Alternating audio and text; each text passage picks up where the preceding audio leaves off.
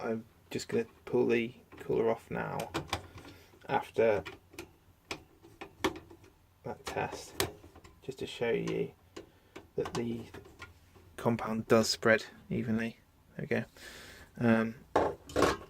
So that's how it is after literally 5 minutes of running the PC.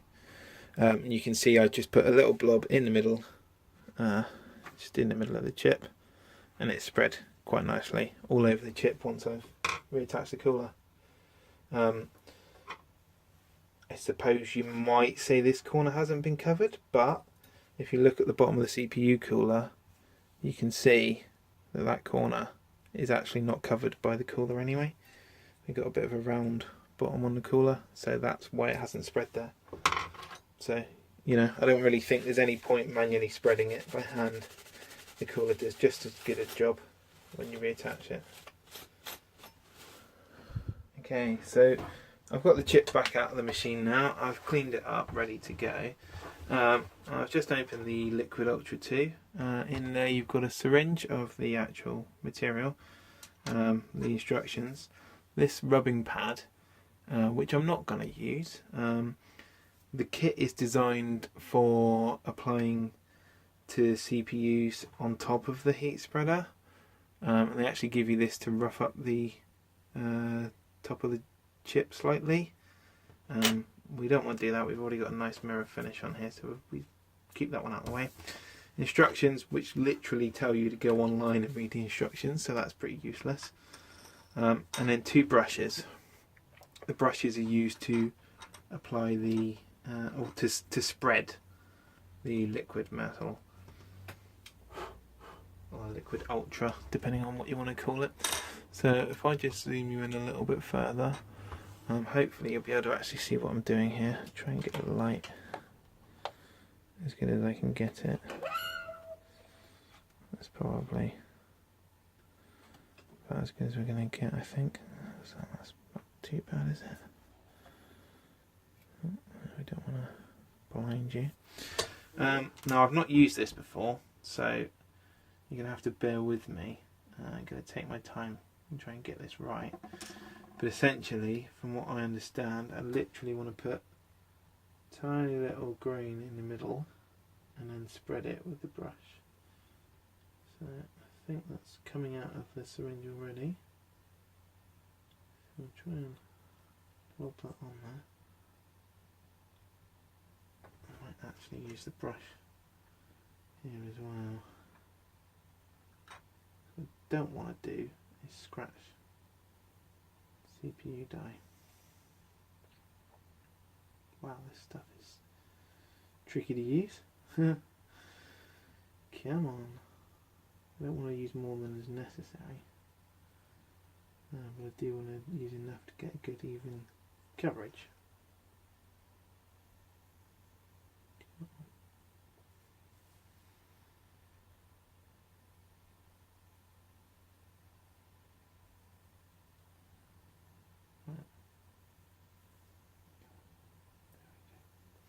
Right, so I've got a blob on there now.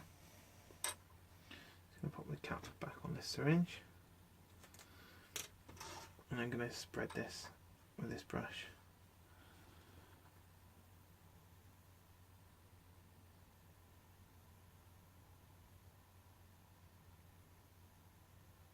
It's literally like gallium or something.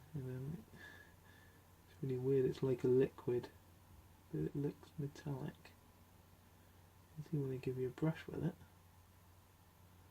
Okay, well, it's not too bad. Right to the edge. Flip it round. Okay, same this way. And I recommend to cover the whole of the die with this. And what you could do, and what I probably should have done, is actually put this in the die mate to hold it still. I'll show you actually. If I grab the die mate here, just bring that into shot a bit better. You can actually pop this, put line the corners up.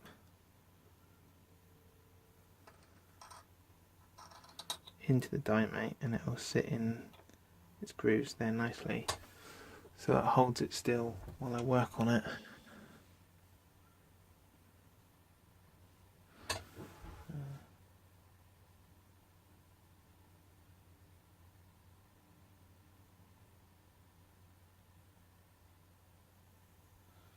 You've got good coverage. I mean, if anything, I would say there's probably too much of this stuff on here, but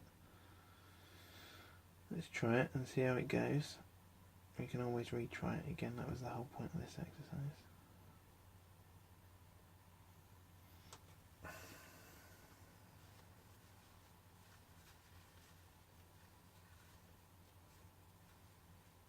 Very strange stuff. What you don't want to do is get it on any of these components here, because the liquid metal is conductive, so it would cause a short circuit. But that's fine, we haven't done that.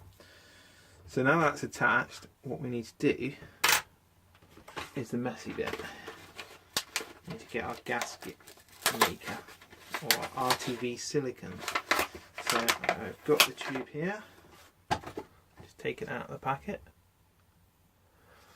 And inside the tube you get this nice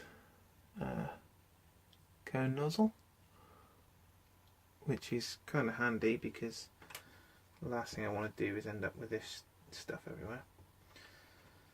So the top of the tube is actually sealed, so we'll need to make a tiny hole in that. I'm just going to use a point from a screwdriver just to pierce that.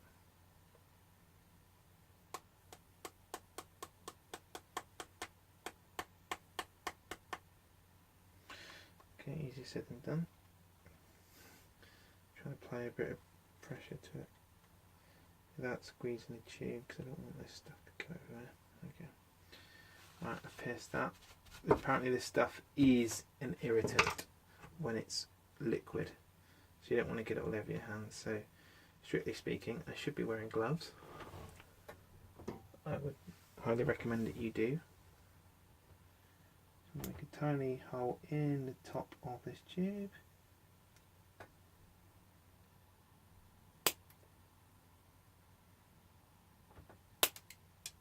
Okay. Right, so now I've put the top of the tube on, got a tiny hole in there, and I just literally need to squeeze out enough to make a bit of a seal around the edge of this gasket.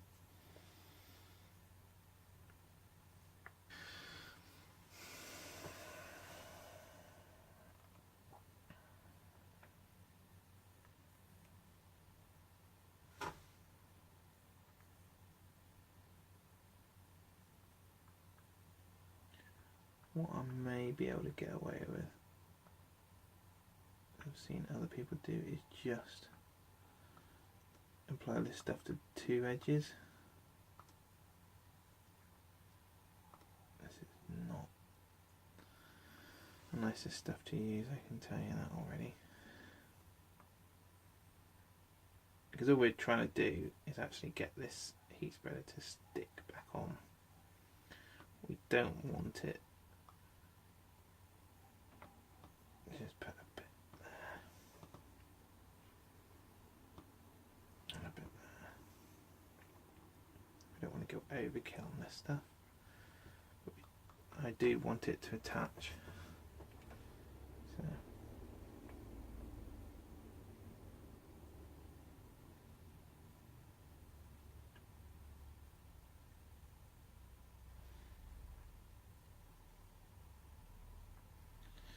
yep, that'll do for me. Now what I'm going to do, I think, is probably what I should have done last time, is I'm going to bring the away. I'm going to diamate back into shot. I'm actually going to put this guide back on first and then drop the heat spreader through the top, because it will fit all the way through. In fact, before I pick this up, I'm going to put some gloves on, because I don't really want to get this mucky stuff all over my fingers. Just pick the heat spreader up. carefully, flip it over, get it back in position. Okay, yeah. So right now I can see there's a little bit of this RTV sealant squidging out over the top, so we'll just pop this back in that gap. There we go, perfect. So you can see that that's just dropped straight in to where we want it. So all I need to do now is put this clamp over the top.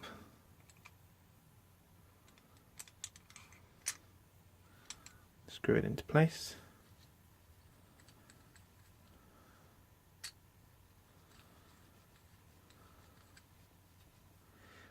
Basically, yeah, just tighten that clamp up and that's it.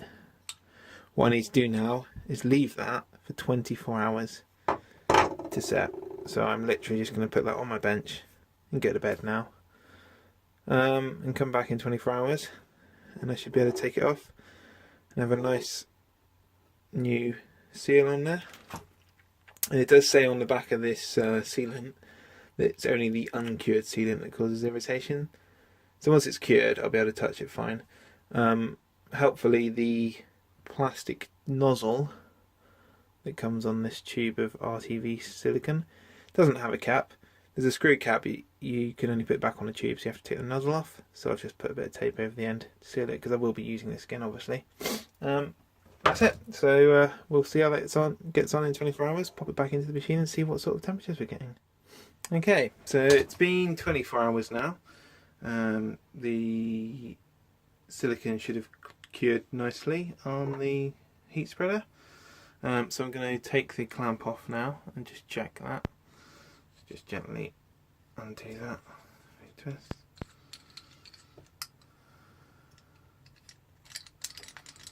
Slide that off.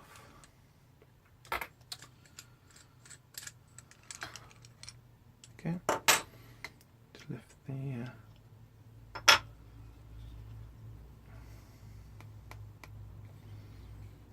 okay. Well, there's probably a good bit of advice here. You can probably see on the, let's bring this up closer to the lens, on the edge of the chip we've actually got a little bit of silicone that's come out the edge of the heat spreader, and it appears to have actually glued it onto the template guide. So probably try and watch out that you don't do that when you're fitting yours, but I'm just going to press it out there. There you go. But that was quite well stuck, so that's a good sign that the silicone's made a good seal. Yeah, that heat spread is definitely on there, quite solid now. Just so you can see, I'm not sure how well it will focus on this, but okay,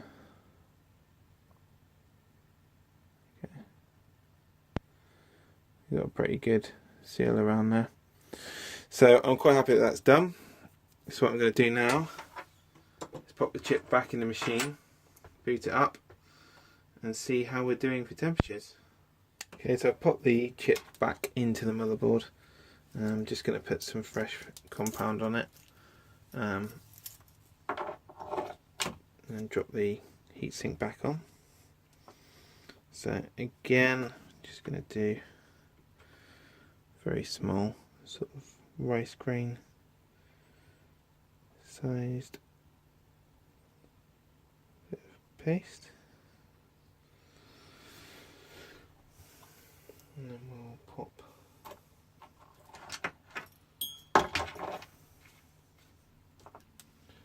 the lid back on my thermal paste. That is bigger than a grain of rice actually, but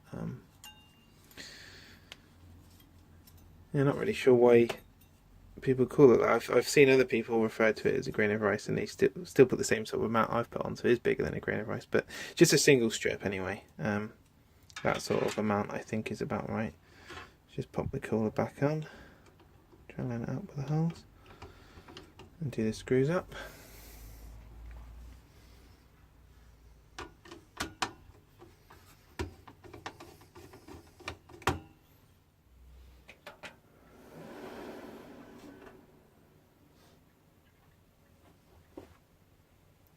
this is the first time booting with the reattached heat spreader. So we'll just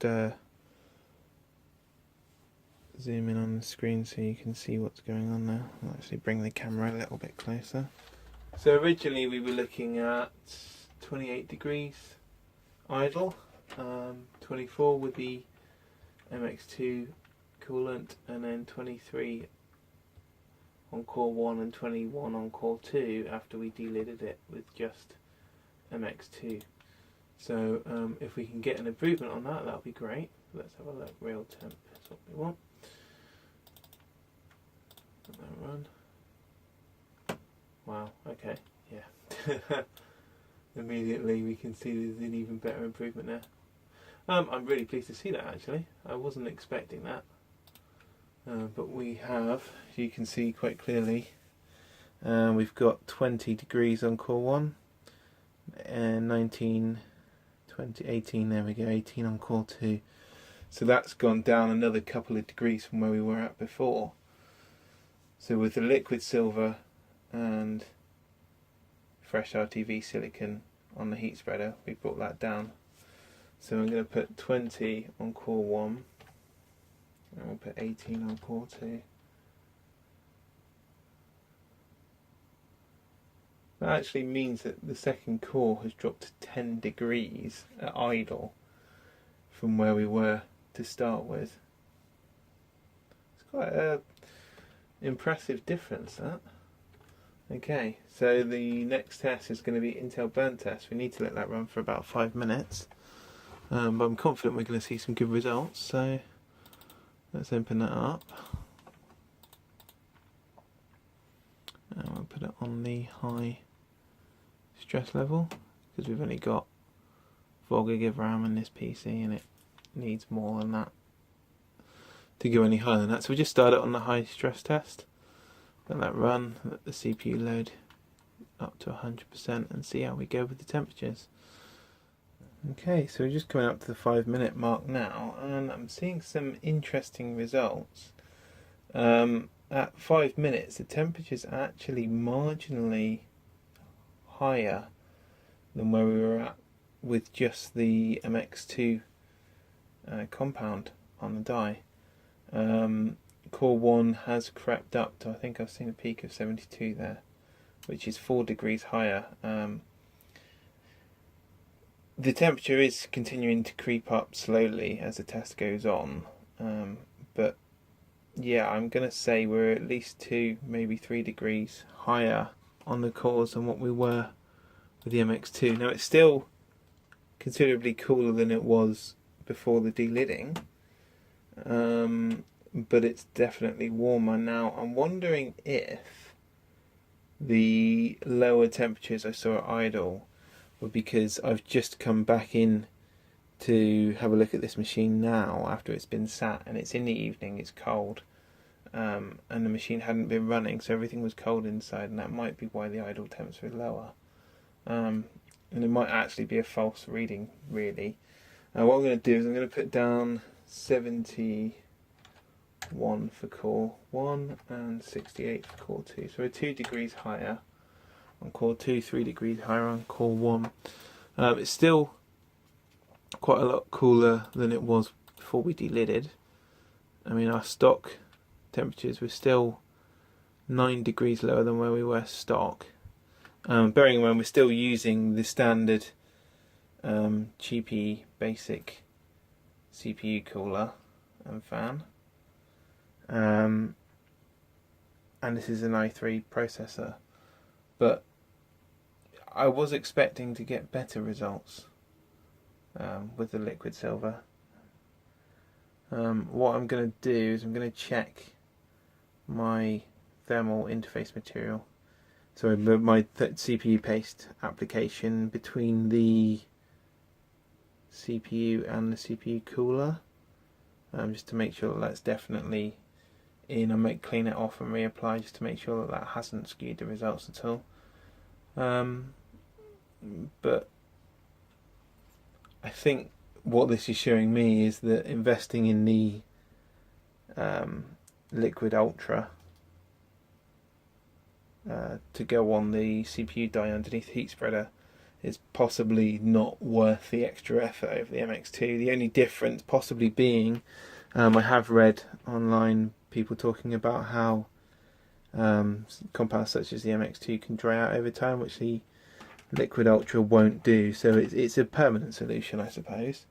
And also reapplying the heat spreader is meaning that you can continue to use the chip long term like that without having to touch it again. So I suppose that's a benefit. I'm just going to stop this burn test now.